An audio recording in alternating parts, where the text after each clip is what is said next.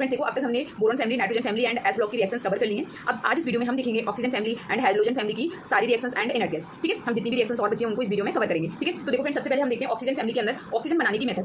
तो इस पर प्रीवियस ईयर में क्वेश्चन पूछा गया है। तो फ्रेंड्स देखो, यदि आपके सामने किसी भी मेटल का क्लोरेट हो, है ना, नाइट्रेट हो, डाइक्रोमेट हो या परमैंगनेट हो, यदि ये है और इनको MnO2 या की प्रेजेंस में हीट कर रहे हैं, या ये रिएजेंट अपने पास ना हो, सॉरी कैटलिस्ट MnO2 ना दिया हो, ओनली हीट कर रहे हैं, तो हमको ऑक्सीजन गैस प्राप्त होती है। ठीक है, तो आपको ध्यान रखना है कि क्लोरेट, नाइट्रेट, डाइक्रोमेट और परमैंगनेट आयंस को का थर्मल डिकम्पोजिशन करने पर यानी हीट करने पर हमें ऑक्सीजन गैस प्राप्त होती है। ठीक है, और कहाँ से? सिल्वर का ऑक्साइड, मरकरी का ऑक्साइड, लेड के ऑक्साइड, है ना, और PbO2, इनको भी हीट कर रहे हैं तो हमको क्या प्राप्त हो रहा है? ऑक्सीजन गैस प्राप्त हो रही है। ठीक है, तो फ्रेंड्स ऑक्सीजन को और मेथड है इसकी, H2O2 का थर्मल डिकम्पोजिशन करने पर भी हमको क्या है? H2O और O2 गैस प्राप्त होती है। अब आप हाइड्रोजन पेरोक्साइड, आपको याद होगा कि जैसे यदि सनलाइट भी यदि हाइड्रोजन पेरोक्साइड के ऊपर यदि पड़ती है तो H2O2 क्या है? डिसोसिएट हो जाता है। ठीक है, इसीलिए आपने याद होगा कि मैंने हाइड्रोजन जो चैप्टर आपको कवर कराया उसमें बताया कि हाइड्रोजन पेरोक्साइड को बैग्स से, जो बोटल्स हैं जिनके अंदर से बैग्स है या मतलब है ना, मतलब डायरेक्ट में लाइट नहीं जानी चाहिए, ऐसी बोतलों में हम हाइड्रोजन पेरोक्साइड को स्टोर करके रखते हैं ताकि ये डिसोसिएट ना हो। ठीक है, और इसमें स्टेबलाइजर के रूप में यूरिया भी मिलाते हैं। ये चीजें मैंने आपको हाइड्रोजन पेरोक्साइड हाइड्रोजन चैप्टर के साथ में पढ़ाया है, वहाँ पे समझाया। यदि आपने वीडियो नहीं देखा तो आप उसको जाकर सुनिए, आपको इस बात समझ में आ जाएगी। ओके, चलो, तो ये हो गया हमारा क्या? ऑक्सीजन बनाने की मेथड। ठीक है, तो फ्रेंड्स देखो, अब हम देखते हैं क्या H2SO4 बनाने की कॉन्टैक्ट प्रोसेस। ठीक है, कॉन्टैक्ट प्रोसेस के बारे में बात करते हैं। तो देखो, सबसे पहले क्या होता है कि SO2 की रिएक्शन O2 से कराते हैं बेनेडियम पेंटाऑक्साइड की प्रेजेंस में। ये क्या यहाँ कैटलिस्ट का काम करता है, तो क्या बनता है? SO3 बनता है। अब यदि हम SO3 के ऊपर यदि वाटर की रिएक्शन कराते हैं तो H2SO4 बनता है। यदि H2SO4 की कराते हैं SO3 के ऊपर तो हमें ओलियम प्राप्त होता है। ठीक है, तो ओलियम का भी हम क्या है? हाइड्रोलाइसिस करके अपन H2SO4 प्राप्त कर सकते हैं। ठीक है, तो ये H2SO4 बनाने की मेथड होगी। उसके बाद देखो, यदि अब हमारा H2SO4 बन गया है तो अब इसकी क्या देखेंगे? हम रिएक्शंस देखेंगे। ठीक है, तो देखो यहाँ पे क्या हो रहा है कि मेटल का कोई भी हैलाइड कौन सा, यहाँ पे X की जगह क्या क्या आ सकता है? फ्लोरीन, क्लोरीन और नाइट्रेट, ये दोनों आएंगे। यदि सॉरी 3 जो एलिमेंट्स हैं वो आएंगे, नाइट्रेट आएंगे, क्लोरीन और फ्लोरीन। यदि ये है तो रिएक्शंस कैसे होती है कि जो भी यहाँ प्रेजेंट है वो HFCl HNO3 के रूप में निकलेगा और यहाँ से क्या बन जाएगा? मेटल का सल्फेट। ठीक है, ये रिएक्शन आपको ध्यान रखनी क्योंकि बहुत इंपॉर्टेंट है, NCERT में दी है। ठीक है, यहाँ पे फ्रेंड्स हम सारी NCERT की रिएक्शन ही जो है कवर कर रहे हैं, लेकिन ये इंपॉर्टेंट है क्योंकि पूछी गई है। अब देखते हैं हम अगली रिएक्शन कि देखो, कंसंट्रेटेड H2SO4 क्या है? ये डिहाइड्रेटिंग एजेंट है। ठीक है, तो ये क्या करेगा फ्रेंड्स? सुक्रोज को किसमें बदल देता है? कार्बन ब्लैक में। ठीक है, इसे कहते हैं कार्बन ब्लैक। ठीक है ना, कार्बन ब्लैक किसमें बदल देता है? कार्बन ब्लैक में बदल देता है। और इसी जगह HNO3 की हमने पढ़ी थी, वो सुक्रोज को किसमें बदल रहा था? ऑक्जेलिक एसिड में। ठीक है, तो हमें ध्यान रखना है HNO3 सुक्रोज को ऑक्जेलिक एसिड में बदलता है, H2SO4 सुक्रोज को कार्बन ब्लैक में बदलता है। ठीक है, अब आते हैं फ्रेंड्स क्या कंसंट्रेटेड H2SO4। देखो, अब आपको एक चीज समझाती हूं मैं कि यदि कोई भी एलिमेंट अपनी हाईएस्ट ऑक्सीडेशन स्टेट में है तो ओनली वो क्या काम करेगा? ऑक्सीडाइजिंग एजेंट का। ठीक है, अभी यहाँ से किसी को दे नहीं सकता, क्या कर सकता है? ओनली ले सकता है। तो देखो, जो H2SO4 है वो स्ट्रॉन्ग ऑक्सीडाइजिंग एजेंट का काम करता है, और जो भी मेटल और नॉन मेटल होती है ना उनको क्या कर देता है? वो ऑक्सीडाइज कर देता है। तो देखो, कॉपर को ऑक्सीडाइज कर देगा वो किसमें? कॉपर सल्फेट में। सल्फर को ऑक्सीडाइज कर देगा SO2 में, कार्बन को ऑक्सीडाइज कर देगा SO2 में। ठीक, सॉरी CO2 में, है ना, और फिर यहाँ से जो सल्फर है वो किस रूप में निकल जाएगी? SO2 के रूप में। ठीक है, तो फ्रेंड्स ये तो आपने देख लिया कि कार्बन, सल्फर, है ना, और कॉपर ये अपने अपने कंपाउंड में बदल गए और इसके बाद जो SO2 थी वो यहाँ पे SO2 के रूप में प्राप्त होगी। ठीक है, अब फ्रेंड्स यहाँ पे क्वेश्चन बनता है कि कंसंट्रेटेड H2SO4 की रिएक्शन किस पे कराएं? जैसे कार्बन, सल्फर और क्या कहते हैं कॉपर और कोई भी एक मेटल मान लो सोडियम। ठीक है, किस पे कराएं कि हमको उसमें 2 गैसेस प्रोडक्ट प्राप्त होते हैं? तो फ्रेंड्स देखो, यदि हम कार्बन पे यानी कार्बन पे कंसंट्रेटेड H2SO4 की रिएक्शंस कराते हैं तो हमको जो है 2 डिफरेंट टाइप की गैस मिलती है। एक तो कार्बन की वजह से CO2 गैस मिलती है और इसमें ये खुद का सल्फर है, इसकी वजह से SO2 गैस मिलती है। ठीक है, तो हमें 2 टाइप की गैस मिलती है यहाँ पे, ये बात आपको ध्यान रखनी है। इस पे क्वेश्चन इस तरीके से बनता है। ओके, हम सल्फर पे करा रहे हैं तो क्या बन रहा है फ्रेंड्स? हमको कंसंट्रेटेड H2SO4 की, ठीक है, ओनली हमको H2SO4 माने एक ही टाइप की गैस प्राप्त होगी। हालांकि यहाँ से भी SO2 प्राप्त होगी, यहाँ से भी, तो हमको क्या 2 मोल SO2 प्राप्त होंगे, ऐसे समझ लो। ठीक है ना, माने दोनों सेम गैस, मतलब सेम SO2 गैस प्राप्त होगी, बट 2 टाइप की गैसेस हमको ओनली कार्बन पे हम रिएक्शंस कराएंगे तब मिलेंगे। ठीक है, तो ये बात आपको याद रखनी है। ओके फ्रेंड्स देखो, अब हम देखते हैं हैलोजन फैमिली की रिएक्शंस। तो देखो, सबसे पहले हम देखते हैं हैलाइड से डिस्प्लेस्ड बाय हैलोजन। ठीक है, कि जो हैलाइड्स है ना, जो हैलाइड आयन है, हैलोजन से क्या करते हैं, है ना, मानिए हैलाइड आयंस जो हैं हैलोजन के द्वारा क्या हो जाते हैं? डिस्प्लेस हो जाते हैं। तो ये वाली हमारी पहले टाइप की रिएक्शन पढ़ेंगे हम हैलोजन में। तो देखो, हैलोजन यानी F2Cl2 Br2 और I2। ठीक है, इनकी रिएक्शन हम हैलाइड आयन से कराते हैं। तो क्या होता है कि ऊपर वाला माने फ्लोरीन का हैलाइड, क्लोरीन, ब्रोमीन और आयोडीन। ठीक है, तो फ्लोरीन अपने से नीचे वाले कौन से? क्लोरीन, ब्रोमीन और आयोडीन, ये जो हैलाइड्स होंगे Cl negative, Br negative, I negative को क्या कर देंगे? रिप्लेस कर देंगे उसके कंपाउंड से, खुद जाके बैठ जाएंगे और इनको किसमें चेंज कर देंगे? हैलोजन में। ठीक है, तो देखो F2 था, ये हैलोजन है, ये क्या हैलाइड आयन है, ये क्या करेगा? इसको रिप्लेस करेगा यहाँ पे और इसको क्या बना देगा? H2 खुद F नेगेटिव बन जाएगा, यानी इसके साथ में कंपाउंड बना लेगा। ठीक है, तो ये क्या हुआ कि ऊपर वाली जो भी मतलब ऊपर जो एलिमेंट आएगा वो हैलोजन अपने से नीचे के हैलाइड को क्या करेगा? डिस्प्लेस कर देगा। जैसे कि मैंने देखा कि यदि यहाँ पे क्या होगा, मान लो KCl है। ठीक है ना, जैसे आपने देखा कि I2 जो है KCl से रिएक्शन कर रहा है, यानी हैलोजन आयोडीन है, ये KCl को क्या करेगा? रिप्लेस करेगा? नहीं करेगा। क्यों? क्योंकि ये ऊपर वाला हैलोजन नीचे वाले ऊपर वाला जो हैलोजन है अपने से नीचे वाले हैलोजन के जो हैलाइड आयन है ना उसको रिप्लेस कर सकता है। तो आयोडीन तो क्लोरीन से भी नीचे आता है, तो इसको नहीं रिप्लेस कर सकता। ठीक है, इसीलिए कैसी होगी? नॉन स्पॉन्टेनियस रिएक्शन होगी, इस तरीके से नहीं होगी। ठीक है, लेकिन हम बात करें कि F2 जो है क्या Cl नेगेटिव को रिप्लेस कर सकता है? हाँ, F2 कर सकता है। क्यों कर सकता है? क्योंकि ये Cl क्लोरीन से ऊपर आता है। समझ में आ गई? तो इस तरीके से हम सारी रिएक्शंस इसके लिख लेंगे। तो क्या है? F2 क्लोरीन, ब्रोमीन और आयोडीन तीनों को करेगा। क्लोरीन ओनली ब्रोमाइड और आयोडाइड को करेगा, ब्रोमाइड ओनली आयोडाइड को करेगा, आयोडाइड किसी को भी रिप्लेस नहीं कर सकता। ठीक है, ये बात ध्यान रखनी है आपको। अब देखते हैं अनदर रिएक्शन हैलोजन की, रिएक्शन विद वाटर। अब देखो, सारे जो हैलोजन है वो वाटर से रिएक्शन करते हैं, तो किस तरीके से करते हैं? तो फ्रेंड्स देखो, जो F2 है यानी फ्लोरीन है वो वाटर से रिएक्शन करके HF और O2 गैस देता है। ठीक है, आपको ध्यान रखना है। अब क्लोरीन और ब्रोमीन वाटर से अलग तरीके से रिएक्शन करते हैं, डिफरेंट प्रोडक्ट बनाते हैं। तो ये वाटर से रिएक्शन करते हैं तो HX बनता है और HOS हाइपोहेलस ऐसे बनता है। क्या बनता है? इसको हम बोलते हैं हाइपोहेलस। हाइपोहेलस यदि क्लोरीन है तो हाइपोक्लोरस, ब्रोमीन है तो हाइपोब्रोमस। ठीक है, अब फ्रेंड्स बात करते हैं आयोडीन का हाइड्रोलाइसिस करते हैं। तो फ्रेंड्स इसका हाइड्रोलाइसिस नहीं होता, इसमें उल्टी रिएक्शन हो जाती है या फिर ये रिएक्शन रिवर्सिबल चलती है। ठीक है, मानी ये वाली इधर के लिए जो रिएक्शन है ये मतलब अपना कुछ भी प्रोडक्ट बनेगा, ये नॉन स्पॉन्टेनियस रिएक्शन से नहीं होगी। ठीक है ना, ये रिएक्शन नहीं होगी, ये रिएक्शन अपोजिट डायरेक्शन में करेक्ट होती है। HI और O2 मिलकर I2 प्लस वाटर बनाते हैं, लेकिन I2 और वाटर मिलकर HF और O2 नहीं बनाते हैं। ठीक है, चलो अब देखते हैं हम क्या इसकी अनदर के प्रिपरेशन ऑफ Cl2 गैस। इसमें क्या पढ़ेंगे हम? Preparation of Cl2 gas. ठीक है, तो देखो फ्रेंड्स, क्लोरीन बनाने की मेथड जो है सबसे पहले हम क्या करें? मैंगनीज ऑक्साइड की रिएक्शन HCl से कराते हैं तो हमको Cl2 गैस प्राप्त होती है। ठीक है, यदि फ्रेंड्स हमको मान लो हमने HCl नहीं लिया तो हम HCl की जगह NaCl और H2SO4 का मिक्सचर भी ले सकते हैं। तो यहाँ से ये Cl देगा, हाइड्रोजन देगा, तो ये क्या बना लेगा? HCl बना लेगा। ठीक है, तो ये क्या होगा, MnO2 से HCl रिएक्शन करके Cl2 गैस देता है। ठीक, फिर उसके बाद में क्या है, या फिर हम HCl नहीं ले रहे तो NaCl और H2SO4 का मिक्सचर ले लो, तब भी Cl2 गैस बनेगी। ठीक है ना। अब उसके बाद आता है कि MnO4 की HCl से रिएक्शन कराते हैं तो Cl2 गैस बनती है। ठीक है, फिर उसके बाद आता है डीगन प्रोसेस। अब आते हैं, माने हमने 2 प्रोसेस पढ़ ली Cl2 गैस बनाने की, अब तीसरी प्रोसेस पढ़ते हैं, वो है क्या, डीगन प्रोसेस। तो देखो डीगन प्रोसेस में क्या होता है, HCl की रिएक्शन ऑक्सीजन गैस से कराते हैं CuCl2 कैटलिस्ट की प्रेजेंस में। आपको बहुत इंपॉर्टेंट है याद रखना है, डीगन प्रोसेस का जो कैटलिस्ट है वो CuCl2 होता है। जैसे कॉन्टैक्ट प्रोसेस में Fb2O5 होता है ना, और ओस्वाल्ड प्रोसेस में क्या अपन आयरन और वो लेते हैं। ठीक है, तो इस तरीके से हमको ध्यान रखना है सारे। HCl और O2 मिलकर के क्या बनाते हैं, CuCl2 की प्रेजेंस में Cl2 गैस बनाते हैं। ठीक है, इसी को कहते हैं हम डीगन प्रोसेस। ओके, अब फ्रेंड्स और क्या चौथी मेथड है, electrolysis of branch solution. Branch solution क्या होता है, कंसंट्रेटेड NaCl का जो सॉल्यूशन होता है उसको कहते हैं हम ब्रांच सॉल्यूशन। ठीक है, अब देखो किस तरीके से Cl2 गैस प्राप्त होती है हमको। तो फ्रेंड देखो कंसंट्रेटेड H2SO4 है, तो इसमें क्या होता है, कैटायन बनेगा, एनायन बनेगा। ठीक है ना, Cl नेगेटिव और Na+।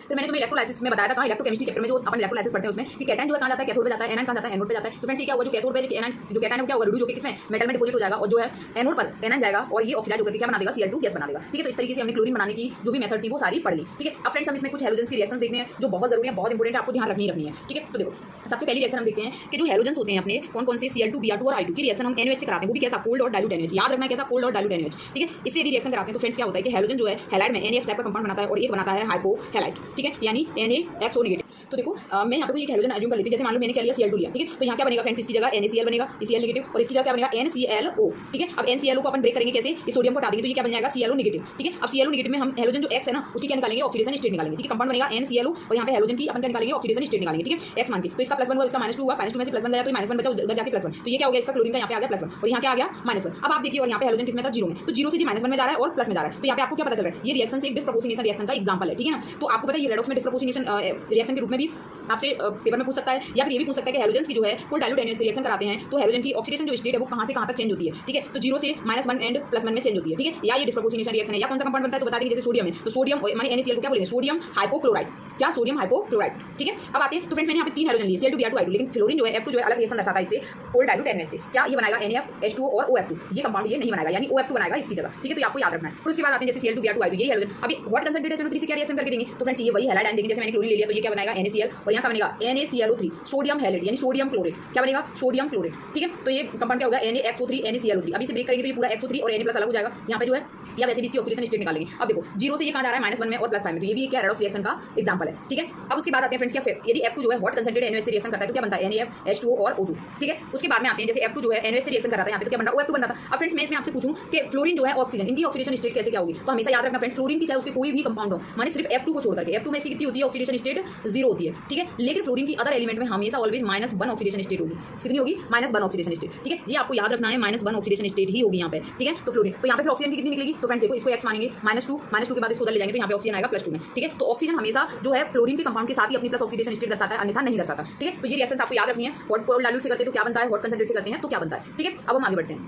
अब फ्रेंड्स देखो हमने Cl2 गैस बनाई थी, यदि हम Cl2 गैस पे एक्सेस ऑफ अमोनिया की रिएक्शंस कराते हैं फ्रेंड्स तो क्या बनता है, यहाँ पे अमोनियम क्लोराइड बनता है। यदि एक्सेस ऑफ Cl2 होता है तो फ्रेंड्स ये हाइड्रोजन को रिप्लेस कर देगा और NCl3 बनेगा, जो कि कैसा होगा, एक्सप्लोसिव होगा। ओके, अब फ्रेंड्स हम देखते हैं इंटर हैलोजन कंपाउंड्स जो होते हैं हमारे, जो हैलोजन से मिलकर बने होते हैं, उनका हाइड्रोलाइसिस करते हैं तो क्या बनता है। ओके, तो देखो फ्रेंड्स सबसे पहले हम यहाँ पे देखेंगे कि XX टाइप का जो है हम कोई एक इंटर हैलोजन कंपाउंड ले रहे हैं जिसके अंदर जो स्मॉल होता है बाद वाला X और ये आगे होता है वो लार्ज होता है। ठीक है, तो हम क्या करेंगे, XX टाइप का जो कंपाउंड है एक अपना इंटर हैलोजन है, जैसे ClF। ठीक है, क्या है ClF क्या है, देखो इसमें XX माने X जो है क्लोरीन है जो कैसा है, बड़ा है। ठीक है, और ये क्या है, फ्लोरीन है, छोटा है, जो कि माने X है। ठीक है ना, समझ में बात। तो अब देखो फ्रेंड्स हम क्या करेंगे कि इंटर हैलोजन कौन से XX टाइप के का यदि अपन हाइड्रोलाइसिस करते हैं तो जो अपना एलिमेंट है छोटा वो HX के रूप में बना लेगा और जो बड़ा है वो HOX बनाएगा। ठीक है, ऐसे फ्रेंड्स हम आगे देखेंगे रिएक्शंस में XX माने 3 टाइप का। ठीक है, तो ये हाइड्रोलाइसिस करने पर एक डिफरेंट टाइप का कंपाउंड देता है ना। XX जो है 7 एक अलग टाइप का कंपाउंड देता है, तो आपको ये सारी याद रखने, लेकिन आप यहाँ पे सिर्फ ये चीज रखो, XX का जो हाइड्रोलाइसिस करने पर HX और HOX बनता है। ठीक है, फिर उसके बाद चलते हैं फ्रेंड्स, एक रिएक्शन आती है यूरेनियम ClF3 से रिएक्शन करके क्या बनेगा, UF6 एंड ClF बनाएगा। ठीक है, फिर उसके बाद आते हैं फ्रेंड्स हम जिनोन के कंपाउंड्स में। अब देखो जिनोन के कंपाउंड का हाइड्रोलाइसिस होता है तो किस तरीके से होगा। ठीक है, तो सबसे पहले देखो जिनोन के कंपाउंड जो है, एक जिनोन की रिएक्शन देख लो जनरल,